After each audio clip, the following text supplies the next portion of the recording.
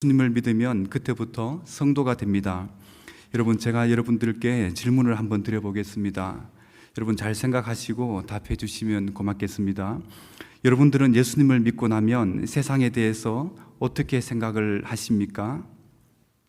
너무 어려울 것 같아서 제가 객관식으로 드리겠습니다. 1번, 세상을 보는 눈이 더욱더 긍정적이 되었습니다. 예수 믿기 전에는 까닭없이 우울하고 무기력하고 왠지 모르게 삶의 의미가 없었는데 예수님을 믿고 나니까 기쁨과 삶에 대한 의미가 생겨났습니다. 자, 이게 뭐라고요? 1번입니다. 자, 2번, 예수님을 믿은 후 성도가 되면서 세상을 보는 눈이 더욱더 부정적이 되었습니다.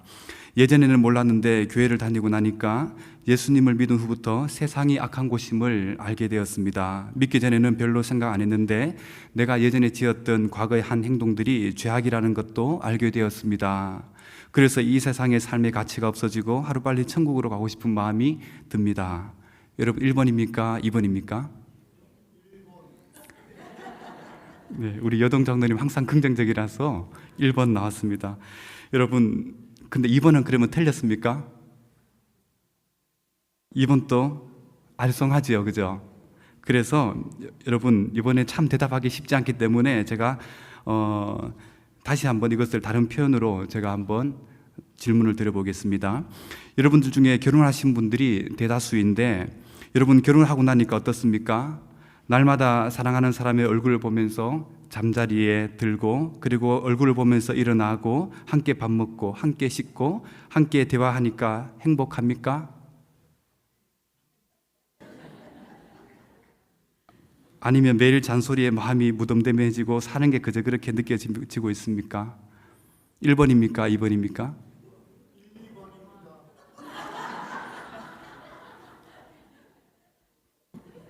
네, 많은 사람들이 결혼에 대한 동경과 이상을 가지고 결혼을 합니다. 그런데 막상 결혼하고 나면 어떻습니까? 화장실 변기를 지저분하게 쓴다. 치약은 왜 중간부터 짜냐? 그리고 이상한 음식 만들어 놓고 옆에서 맛있지라고 이런 이야기를 합니다. 여러분, 제 얘기가 아닙니다. 그죠? 여러분, 나를 위해서 돈을 쓰는 게 한 달에 10,000원이고 언제부턴가 자녀들이 생겨나면 지출이 커지면서 결혼의 황홀감보다는 동시에 뭐가 기다려집니까? 고난이 기다려집니다.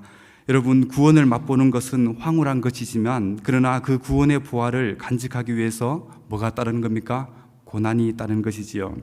오늘 우리가 읽은 이 시에서도 구원을 경험한 하나님의 백성들이 악인들과 함께 살고 있는 이 땅을 하나님의 성도로서 살아가고 있습니다. 그런데 그 하나님의 백성됨의 황홀함과 그리고 동시에 악인들로부터 고난을 경험하고 있습니다. 여러분, 그렇습니다. 성도들은 이 땅을 살면서 하나님으로부터 위로를 얻고 이 땅을 어떻게 살아가야 하는지를 분명하게 알게 되어집니다. 그러나 동시에 악인들이 함께 살아가고 있기에 언제나 고난의 삶이 따른다는 것을 우리에게 보여주고 있습니다. 그러나 그런 세상에서도 우리는 오늘 이 본문을 통해서 하나님이 우리에게 주시는 가장 큰 놀라운 하나님의 성도들을 어떻게 사랑하신지를 우리가 말씀을 통해서 우리가 함께 찾아보려고 합니다. 오늘 우리 모두 이 말씀을 통해서 하나님이 우리에게 주시는 이러한 은혜가 무엇인지를 우리가 함께 찬찬히 살펴보도록 하겠습니다. 먼저 오늘 시인은 이 세상을 살피시고 의인 즉 성도들을 찾고 계신다라고 말씀하고 있습니다. 우리 2절을 한번 읽어볼까요? 2절 시작.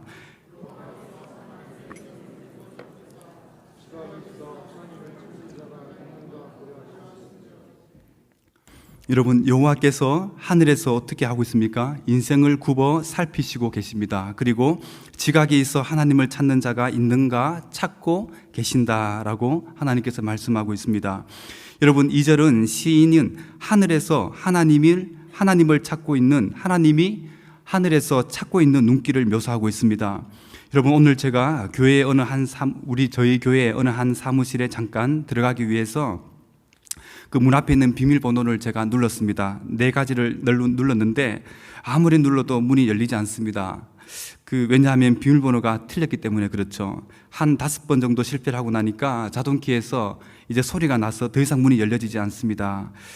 요즘 제가 기억력이 많이 떨어진 것 같습니다. 예전에는 한번 탁 하면 외웠는데요, 요즘은 잘 안 납니다, 기억이. 그런데 제가 그 앞에서 문을 열지 못해서 어쩔 줄 몰라 하는 모습들을 뭐가 다 봤겠습니까? CCTV로 누군가가 봤습니다. 여러분, 그 사람이 우리 유월숙 지사님인데, 여러분, 제가 그래서 그것도 모르고 저는 덜렁덜렁 사무실로 들어갔습니다. 들어가니까 우리 유월숙 지사님이 예쁜 목소리로 목사님 비밀번호 그게 아닌데 이건데요 라고 이렇게 얘기를 합니다. 그래서 제가 순간 화들짝 놀라서 아니 지사님 어떻게 아셨습니까? 라고 하니까 다 보여요 이렇게 얘기합니다. 여러분, 저의 행동들을 누가 다 보고 있습니까? 가만히 앉아서 누가 보고 있습니까? 지사님이 손끝 하나 대지 않고 다 보고 있습니다. 여러분, 지금 시인은 이 세상에서 의인을 찾기 위해서 하나님이 어떻게 하고 있다고 합니까? 하늘에서 손끝 하나 대지 아니하고 다 감찰하고 계신다라고 말씀하고 있습니다. 여러분, 많은 사람들은 흔히 세상에서 그 많은 사람들 중에 이렇게 이야기합니다. 하나님이 나를 보시겠어? 라고 말합니다. 그리고 어떤 사람들은 하나님이 계신다면 세상이 왜 이렇게 불공평할 수 있을까라고 말하기도 합니다. 그리고 우리가 예배를 드릴 때는 언제나 예배 시간에 이것을 우리가 기억을 해야 됩니다. 하나님은 지금도 하늘에서 하나님을 온전하게 찾는 사람을 찾고 계신다라는 것을 우리들이 기억하면서 예배 자리로 나와야 하는 것이지요. 왜냐하면 하나님은 온 땅에 계시지 아니하시는 곳이 없으시기 때문에 그렇습니다. 그래서 시편 8편에 보면 다윗이 이렇게 노래합니다. 우리 잠깐 시편 14편에서 앞으로 잠깐 넘겨볼까요? 시편 8편 1절 말씀 우리 한 절만 한번 읽도록 하겠습니다. 여호와여, 시작. 여호와 우리 주여, 주의 이름이 온 땅이 어찌 그리 아름다운지요, 주의 영광이 하늘을 덮었나이다. 여러분, 지금 시인은 어디에서라고 말하고 있습니까? 하늘과 온 땅과 하늘이라고 말씀하고 있습니다. 온 땅과 하늘에 하나님의 이름이, 그리고 하나님의 그 이름의 영광들이 다윗의 눈에 들어오고 있는 것이지요. 여러분, 누구의 이름이 아름답다라고 말씀하고 있습니까? 하나님의 이름입니다. 주의 이름이 어디에? 온 땅과 온 하늘 가운데에 영광으로 가득 차 있다는 것을 시인은 지금 발견하고 있는 것이지요. 어떻게 하나님의 이름이 여러분 아름다울 수 있습니까?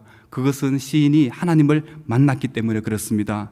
예배는 하나님과의 만남의 현장입니다. 그리고 죄인들을 위하여 십자가에서 우리의 죄를 대속하시고 그 어린 양이신 예수님의 그 존귀와 영광의 찬송을 올려드리고 그 찬송과 그 우리의 신앙 고백을 통해서 그 하나님의 임재 가운데에 우리의 더러운 옛 성품이 변화되는 것, 여러분, 이것이 뭡니까? 예배 가운데 있게 되어집니다. 그때의 시인의 눈에서 뭐가 들어오고 있습니까? 하나님의 이름이 아름답고 온 땅 가운데에 계신다는 것을 보는 것이지요. 사랑하는 성도 여러분, 바로 예배는 이러한 감격이 있는 곳이 바로 예배입니다. 그리고 이 감격을 가지고 세상을 살아가야 하는 것이지요. 그때 우리 눈에 무엇이 들어오는 것입니까? 온 땅과 하늘 가운데에 계시는 하나님을 보게 되어집니다. 여러분, 제가 예전에 서울의 어느 한 대형 교회에서 7년 동안 신앙생활을 했습니다. 그곳에 열린 예배가 있었는데 지금 제가 결론을 내릴 수 있는 것은 그것은 예배가 아니다라는 결론을 제 스스로 내렸습니다. 하나의 인간의 감각을 위해서 존재하는 것이다라는 그러한 생각이 저에게 있습니다. 그곳에는 믿지 않는 사람들이 어떤 회심을 하는 경우도 제가 본 적이 없습니다. 예배는 장엄한 하나님의 임재 가운데 서는 것이 예배입니다. 가스펠송을 그렇게 흥이 나게 부른다고 해서 그것이 하나님의 찬양이 아니라는 것이지요. 여러분, 우리들이 방금 찬송을 불렀듯이 나 주의 발 앞에 엎드려 주의 도움을 구하면서 여러분, 그 하나님의 임재 가운데에 서도록 우리의 마음들을 깨뜨려지는 것, 이게 뭡니까? 바로 예배입니다. 여러분, 그런데 그런 것이 있지 아니하고 우리의 감각을 자극하고 이 예배 가운데에 그 무수한 시간 가운데에 사람이 주목이 되어지는 것, 여러분, 이런 것은 예배가 될 수 없는 것이지요. 여러분, 예전에 있던 교회에서 예배 시간에 가장 예배를 드리는 태도가 불량한 사람의 순서를 제가 한번 꼽아 보았습니다. 여러분, 그것은 바로 교역자입니다. 여러분, 그리고 중직자들, 그리고 예배를 드리는 횟수가 많으면 많을수록 예배 드리는 태도가 가장 불량합니다. 예배 시간에 사탕 까먹는 사람, 빨대에 요구르트를 꽂아서 빨아먹는 사람, 커피를 들고 와서 앉아서 커피를 마시면서 예배를 드리는 사람, 핸드폰이 울리자 불이 나게 나가서 핸드폰을 받는 사람, 졸다가 성경 떨어뜨리는 사람, 그래도 시간이 안 가니까 주보를 보면서 낙사하는 사람, 또 그래도 시간이 안 가니까 11조 낸 사람, 가로 몇 줄, 세로 몇 줄 해서 곱하기 해서 사람을 세고 있는 사람, 광고를 보면서 어머 제 시집간데 기득기득 주보 오타가 나오니까 동그라미 치는 사람, 그렇게 주보 오타를 발견하려면 토요일 날 나와서 봉사를 하면 되지 주일 예배 시간에 왜 그렇게 앉아서 글자를 찾는지는 모르겠습니다. 여러분, 이들은 지금 뭘 하고 있는 겁니까? 하나님을 예배하고 있지 않는 겁니다. 하나님을 찾지도 않고 있는 것이죠. 그렇게 30분 동안 설교를 그렇게 힘들게 견디는 겁니다. 견디고 나서 가장 우울하게 앉아있던 그 사람들이 예배를 마치면 가장 환한 표정으로 악수를 청합니다.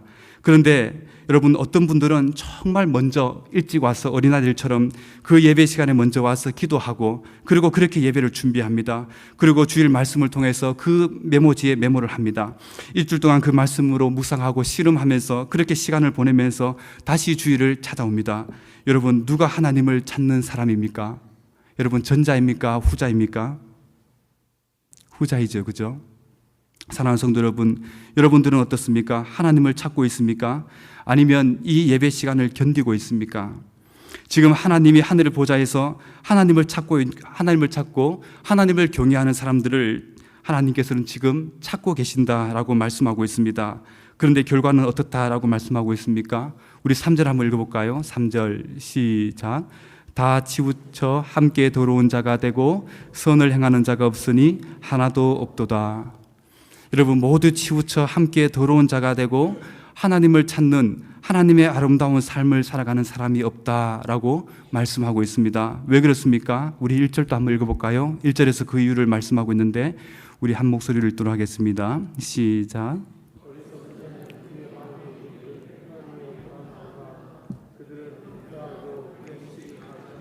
선을 행하는 자가 없도다. 사랑하는 성도 여러분, 그 이유가 어디에 있다라고 말씀하고 있습니까? 어리석음에 있다라고 말씀하고 있습니다. 여러분, 어리석은 사람의 특징이 뭡니까? 여기 1절에서 첫 번째, 부패하였다라고 말씀하고 있습니다. 그리고 두 번째는 행실이 가증하다. 그리고 세 번째는 뭡니까? 이웃에게 선을 행하지 않는다라고 시인은 정의를 내리고 있습니다. 사랑하는 성도 여러분, 로마서 1장에서도 어리석은 자의 모습을 잘 드러내고 있는데 우리 로마서 1장 28절 제가 한번 읽어드리겠습니다. 찾지 않으셔도 됩니다. 28절부터 제가 31절까지 한번 읽어드릴게요. 또한 그들이 마음에 하나님 두기를 싫어하며 하나님께서 그들을 그 상실한 마음대로 내버려 두사 합당하지 못한 일을 하게 하셨으니 곧 모든 불의, 추악, 탐욕, 악의가 가득한 자요, 시기, 살인, 분쟁, 사기, 악독이 가득한 자요, 수군수군하는 자요, 비방하는 자요, 하나님께서 미워하시는 자요, 능욕하는 자요, 교만한 자요, 자랑하는 자요, 악을 도모하는 자요, 부모를 거역한 자요, 우매한 자요, 배악하는 자요, 무정한 자요, 무자비한 자라.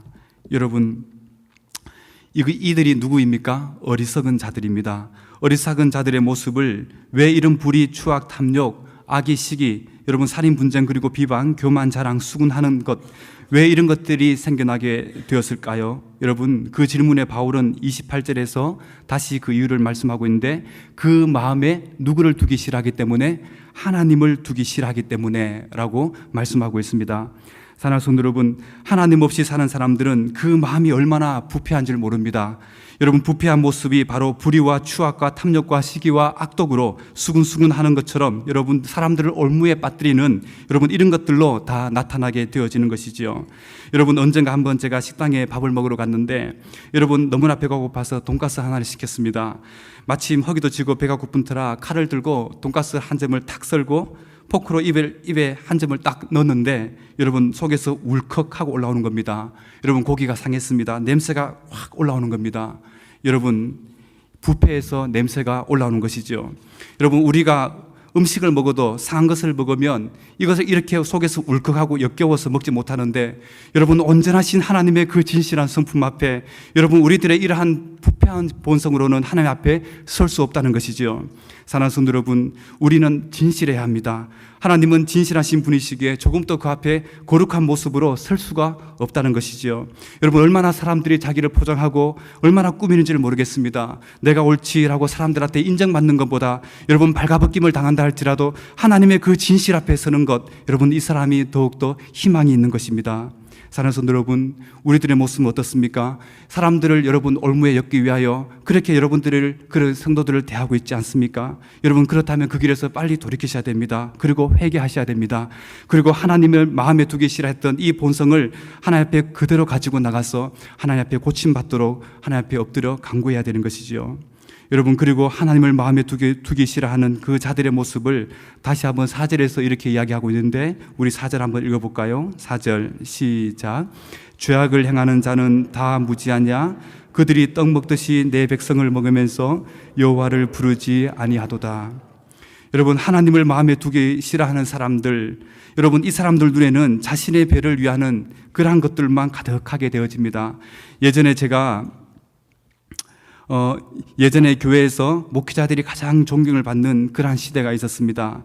그런데 언제부터인가 여러분, 세상은 말할 것도 없고요, 교회 안에서도 목회자를 아주 동네 북으로 생각하는 이러한 만연한 시대가 되어져 가고 있습니다.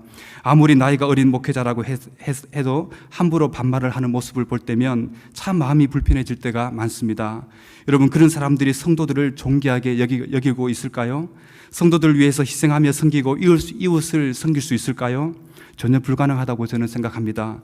여러분, 열매를 보면 그 나무를 아나니라고 주님이 말씀했습니다. 지금 내 입에서 어떤 말들이, 어떤 행동들이 나오는지를 우리가 한번 점검해 보기를 바랍니다. 그리고 그 말들이 바르지 못하다면 하나님께 회개해야 됩니다. 여러분, 말씀을 할 때도 말을 부풀리고 그리고 조금 뻥튀기 해서도 안 됩니다. 그리고 고의로 올무에 걸리도록 해서도 안 됩니다. 그것은 내 백성을 모두 뭐 하듯이 떡 먹듯이 밥 먹듯이 내 백성을 먹는 행위다라고 시인은 말씀하고 있는 것이지요. 세상은 이미 그런 사람들로 가득해지고 있습니다. 그러나 교회는 전혀 그런 곳이 되어서는 안 됩니다. 교회는 서로 연합되어져 한 성전을 이루어가는 이 거룩한 무리들이 모인 곳이 바로 교회이기 때문에 그렇습니다. 사랑하는 성도 여러분, 마지막으로 우리가 함께 살펴볼 내용은 성도들과 함께 하시는 하나님을 우리가 함께 살펴보고자 합니다. 우리 5절 말씀 우리 함께 읽어볼까요? 5절 말씀 시작. 그러나 거기서 그들을 두려워하고 두려워하였으니 하나님이 의인의 세대에 계심이로다. 사랑하는 성도 여러분, 하나님은 누구와 함께 하신다라고 말씀하고 있습니까? 의인과 함께 하신다라고 말씀하고 있습니다. 여러분, 시편 1편에 보면 마지막에 악인과 의인들을 분리하는 때가 있다라고 우리에게 가르치고 있습니다. 여러분, 악인들은 뭡니까? 악인들은 의인들의 모임에 결코 들어올 수가 없죠. 여러분, 의인들이 하나님께서 인정하시는 그러한 사람들이지만 악인들의 길은 어떻게 됩니까? 결국은 망하게 된다라고 말씀하고 있습니다. 여러분, 우리 5절을 읽었는데 5절 한글 성경에는 왜냐하면이라는 키라는 히브리어가 빠졌습니다. 여러분, 그러나 거기에 보면, 여러분, 제가 다시 한번 읽어드리겠습니다. 여러분, 5절을 읽어보면 그러나 거기서 그들을 두려워하고 두려워하였으니 그러나 하나님이 의인의 세대에 계심이로다 라고 이렇게 번역해야 됩니다. 여러분, 그러나 거기서 그들은 두려워하고 두려워하였으니, 여러분, 악인들이 왜 두려워하고 있습니까? 왜냐하면 하나님이 누구와 함께 계시기 때문에, 의인과 함께 계시기 때문에. 여러분, 바로 이 두려워하고 두려워하였으니 이중적인 두려움을 우리에게 말씀하고 있습니다. 여러분, 지금 사람들을 여러분 하찮게 보고 있지 않습니까? 그것은 두렵고 두려운 것입니다. 절대로 사람을 우습게 보고 내 먹잇감으로 생각을 해서는 안 됩니다. 지금 우리 주변에 진실된 성도들을 만날 때에 여러분, 말할 수 없는 마음 가운데, 제 마음 가운데 존경심이 생겨납니다. 여러분, 제가 어떤 분을 만나서 신방을 하거나 대화할 때 정말 예수님 때문에 살아가는 정말 그러한 분들을 신방하거나 만날 때에 여러분, 제가 집으로 돌아가서도 그 여운들이 아직까지 마음속에 가득한 것을 느낍니다. 그래서 식탁에서 앉아서 아내와 함께 밥을 먹으면서 여보, 참 아름다운 분을 만나서 라고 이렇게 제가 얘기를 합니다. 그런데 그런 분을 만나지 아니하고 정말 몇 마디를 해보면 그 마음에 거짓으로 하는지 진실된 사람인지 대번 알거든요. 사람은 영적인 존재이기 때문에. 여러분, 그때는 마음이 굉장히 불편해집니다.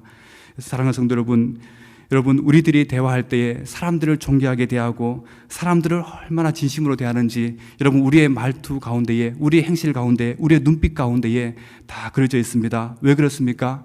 여러분, 하나님이 의인 가운데 함께 계시는 것을 우리들이 느낄 수 있기 때문에 그런 것이죠. 사랑하는 성도 여러분, 성도들은 어떤 사람인가? 여러분, 우리 다시 한번 6절 한번 읽어볼까요? 6절 시작. 너희가 가난한 자의 계획을 부끄럽게 하나 오직 여호와는 그의 피난처가 되시도다. 사랑하는 성도 여러분, 여기서 의인들은 누구다라고 말씀하고 있습니까? 가난한 자, 그리고 하나님을 피난처로 삼는 사람. 여러분, 이 사람들이 의인이요 성도다라고 말씀하고 있습니다. 사랑하는 성도 여러분, 오늘 우리 사회는 약육강식의 사회입니다. 약하면 모두 먹잇감이 되는 그러한 시대입니다. 여러분, 제가 2000년도 IMF가 끝나고 회사 3곳에 원서를 썼습니다. 한 곳은 동원산업이라는 곳에 서울 양재동에 있는 회사로 가서 원서를 썼고, 한 곳은 동대문구에 있는 두산그룹, 그리고 한 곳은 롯데그룹에 제가 원서를 썼습니다. 제가 딱 3군데를 원서를 썼는데 2군데에서 합격을 하고 한 군데에서 합격을 하지 못했습니다. 여러분, 그러다가 제가 3개월 정도 준비하는 기간을 갖고 2000년 3월부터 출근을 했습니다. 수습기간을 마치고 이제 제가 속한 특수영업부 회계 업무를 제가 담당을 하게 되었습니다. 몇 달이 지나자 월급 마감 후에 이제 매월 1일이 되었는데 출근을 해보니까 여러분, 제 책상에 돈 봉투가 안에 들어 있습니다. 여러분, 제가 이게 뭔가 해서 봉투를 열어보니까 수표 100만 원이 그 안에 한 장이 들어 있습니다. 알고 보니 여러분, 이게 상납금입니다. 모두 여러분, 사람들이 이중장부를 쓰는데 여러분, 이중장부를 쓰다 보니까 어떻게 되겠습니까? 차익이 생기죠. 이 차익을 어떻게 해야 됩니까? 다 알고 있으니까 상납이 들어가야 됩니다. 여러분, 말단 직원인 저에게도 이런 큰 돈이 들어오게 되었습니다. 그러다가 제가 이 돈을 받아야 되나 안 받아야 되나 굉장히 고민을 했습니다. 그러다가 몇 달 동안 제가 그 돈을 받았습니다. 그런데 아무리 생각해도 이건 아닌 것 같다라는 생각이 들어서 제가 그 다음부터는 받지 않겠습니다. 저는 이것 없어도 됩니다. 월급으로 충분합니다 라고 얘기를 했습니다. 여러분, 제가 그곳에서 4년을 근무를 했는데 여러분, 4년 동안 얼마나 고통스러웠는지를 모르겠습니다. 여러분, 너만 예수 믿어? 니만 그렇게 잘났어? 라는 소리를 들었습니다. 그리고 옥상에 불려 올라가서 멱살도 잡혔습니다. 여러분, 왜 그렇습니까? 여러분, 참 신앙인으로 지내는 게 너무나 힘들고 어렵습니다. 여러분, 모두 사람들이 그러한 돈이 생겨나고 나니까 계급이 더 직급이 올라가면 올라갈수록 이 받는 금액이 더 커집니다. 여러분, 그 돈의 출처를 아내들이 모르죠. 그러다 보니까 어떻게 했습니까? 그 돈이 어디로? 아내 모르게 술집으로 다 돈이 들어갑니다. 그렇게 돈을 쉽게 버니까 모두 그렇게 사용을 합니다. 죄를 먹고 마시는 올무가 되는 것이지요. 사랑하는 성도 여러분, 6절의 성도들을 말할 때 가난한 자, 그리고 가난한 자의 그 계획이라고 말합니다. 가난한 자의 계획이 뭡니까? 여러분, 세상 사람들이 그렇게 살아가는 그 방식대로 살아가는 계획이 아니라 하나님께서 원하시는 진실된 사람의 사는 그 방식대로 여러분 살아가는 그 계획을 말씀하고 있는 것이지요. 사랑하는 성도 여러분, 그런데 이러한 가난한 자들, 이러한 성도들을 여러분, 사람들은 어떻게 합니까? 이용해 묻고 그리고 나중에는 조롱을 합니다. 여러분, 성도들은 세상에서 참 불쌍한 사람들입니다. 여러분, 되갚아 주고 싶지만 그러나 그렇게 못하고 마음을 끙끙 앓으면서 여러분, 무엇 때문에 여러분 그렇게 살아가는 것입니까? 하나님이 어디에 계시기 때문에, 의인 가운데에 계심을 확실히 믿기 때문에 그렇습니다. 사랑하는 성도 여러분, 우리들이 지금은 모릅니다. 그러나 마지막 날 주님 앞에 서게 되면, 여러분, 제가 조금 전에 CCTV 이야기를 하면서 제가 그 앞에서 비밀번호를 틀렸던 것을 얘기했는데, 마지막 날 주님 앞에 서게 되면 우리의 한 행동과 행실들이 모두 주님의 그 카메라 앞에 다 담기게 되어질 날이 오게 될 것입니다. 그리고 우리의 행동과 우리의 말과 우리의 모든 것들이 여러분 낱낱이 펼쳐지게 될 것입니다. 여러분, 누가 그 앞에서 변명을 할 수 있겠습니까? 여러분, 누가 그 하나님의 불꽃 같은 눈동자 앞에 설 수 있겠습니까? 여러분, 하나님도 오늘은 의인의 회중 가운데 계시는 그 하나님을 여러분들 보셔야 되는 것이죠. 하나님이 지금 어디에서 사람들을 찾고 계십니까? 하늘에서 하나님을 찾는 사람을 찾고 계신다라고 우리에게 말씀하고 있습니다. 사랑하는 성도 여러분, 오늘도 우리는 주님 앞에 다시 한번 우리의 교회 생활 가운데에, 우리의 직장 생활 가운데, 우리의 가정 생활 가운데에 여러분 진실하지 못한 모습들이 있다면 여러분 다시 한번 오늘 이 시간에 돌이키시고 회개하시고 정말 주님 앞에 다시 한번 우리의 마음들이 깨뜨려져서 여러분 주님이 찾으시는 그 한 사람이 되시기를 주의 이름으로 축복드리겠습니다. 여러분 그렇게 살아갈 때에 여러분 고난이 있고 힘들고 여러분 역경이 따른다 할지라도 여러분 마지막 날 우리에게 무엇이 있습니까? 우리 7절 한번 읽어볼까요? 7절 시작. 이스라엘의 구원이 시온에서 나오기를 원하는도다. 여호와께서 그의 백성을 포로된 곳에서 돌이키실 때에 야곱이 즐거워하고 이스라엘이 기뻐하리로다. 여러분 그렇게 힘들고 어렵다 할지라도 여러분 마지막에 무엇이 주어집니까? 구원이 시온에서 여러분 나오게 되어지는 겁니다. 시온이 뭡니까? 하나님께서 계시는 보좌. 지금 하나님께서 하늘 보좌에서 하나님을 찾는 그 사람에게 구원을 베풀어 주시고 그리고 마지막 구원의 그 감격 가운데에 우리를 두시는 여러분 이러한 은혜가 있기 때문에 여러분 낙심하지 말고 좌절하지 말고 우리에게 주어진 이 삶들을 믿음으로 온전하게 살아내시는 저와 여러분이 되시기를 주의 이름으로 축복드리겠습니다. 기도하겠습니다. 하나님 아버지